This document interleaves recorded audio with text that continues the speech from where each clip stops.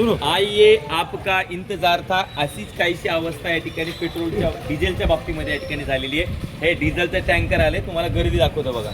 इथं हे सगळे शेतकरी आहेत जे डिझेल भरण्यासाठी या ठिकाणी ठिकठिकाणावरून आले. काही शेतकरी आहेत, काही रोजचे प्रवासी वाहन जे चालवतात ती लोक आहेत.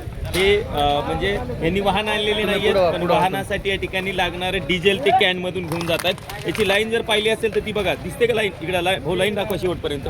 त्या इकडे इथपर्यंत लाईन गेलेली. आता तुम्हाला ही झाली डिझेलच्या कॅन्डीची लाईन. आता दुसरी इकडे लाईन दाखवा, वाहनांची लाईन दाखवा. चला तिकडे चला. आपण जर पाहिलं असेल तर ही लाईन आय थिंक लक्कडकोटपर्यंत या ठिकाणी गेलेली आहे. म्हणजे सेलूच्या बस स्टँडवरल्या पेट्रोल पंपापासून तर ती लाईन गेलेली आहे लक्कडकोटच्या पेट्रोल पंपापर्यंत. ही अवस्था या देशामध्ये डिझेलची आहे. म्हणजे समजू शकतो ही आंतरराष्ट्रीय समस्या आहे, परंतु याचा त्रास मात्र प्रत्येक वेळी माझ्या शेतकरी मायबाप जनतेला या ठिकाणी सहन करावा लागतोय. भाऊ आपल्यासोबत आहे. भाऊ जय महाराष्ट्र. जय महाराष्ट्र.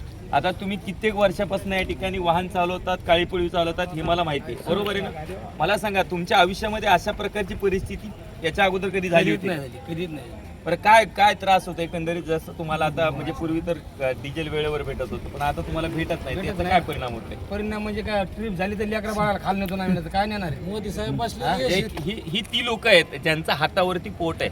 म्हणजे मी भाऊला म्हणजे किती वर्षापासून, म्हणजे आम्ही छोटे होतो त्यावेळेसपासून या ठिकाणी वाहन चालवतात, त्यांचा हातावरती पोट आहेत. अशा लोकांचं जर आज समजा एका योगायोगाने जर यांना डिझेल भेटलं नाही आज आणि जर वाहन नाही चालवलं तर या ठिकाणी आता भाकरी खाल्ल्या गाडीत बस, उद्याच खायच्या वांदे. उद्याच खायचे वाहने.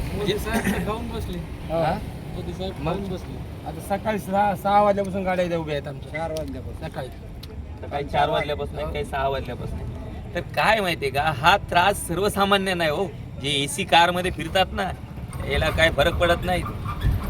मोदी साहेबांना एवढंच म्हणणं आहे, साहेब काहीतरी करा, याच्यामध्ये तुम्हाला पर्याय करावा लागेल ना काहीतरी. या सर्वसामान्य जनतेला आपण कधी कवेटी करू शकणार आहोत? काहीतरी बदल करा या सर्वसामान्यांचे. मला सांगायचे अर्धे लोक ज्यांनी जेवण नाही केलेले आहेत, कुठं करते जेवण? ते यांची अवकात म्हणजे अवकात म्हणता येत नाही म्हणा आपल्याला. यांची परिस्थिती नाहीये की हॉटेलमध्ये जाऊन जेवू शकतील. आणि घरून आणायचं तर आणायचं कुणी, हा सगळ्यात मोठा प्रश्न आहे. हे काय करोडोपती लखपती घरीचे लोक नाही, ते हॉटेलमध्ये जाऊन सुद्धा या ठिकाणी जेवू शकत नाहीत. लय झालं त्यांनी वडापाव खाल्ला असेल, बिस्किट खाल्ले असतील आणि स्वतःचं पोट भरलं असेल. ही ती लोक आहेत. त्यामुळे मोदी साहेबांना, आमच्या पंतप्रधान साहेबांनाही विनंती आहे, त्याचबरोबर देवेंद्र फडणवीस साहेबांना सुद्धा विनंती आहे, साहेब याच्यावरती काहीतरी मार्ग काढा.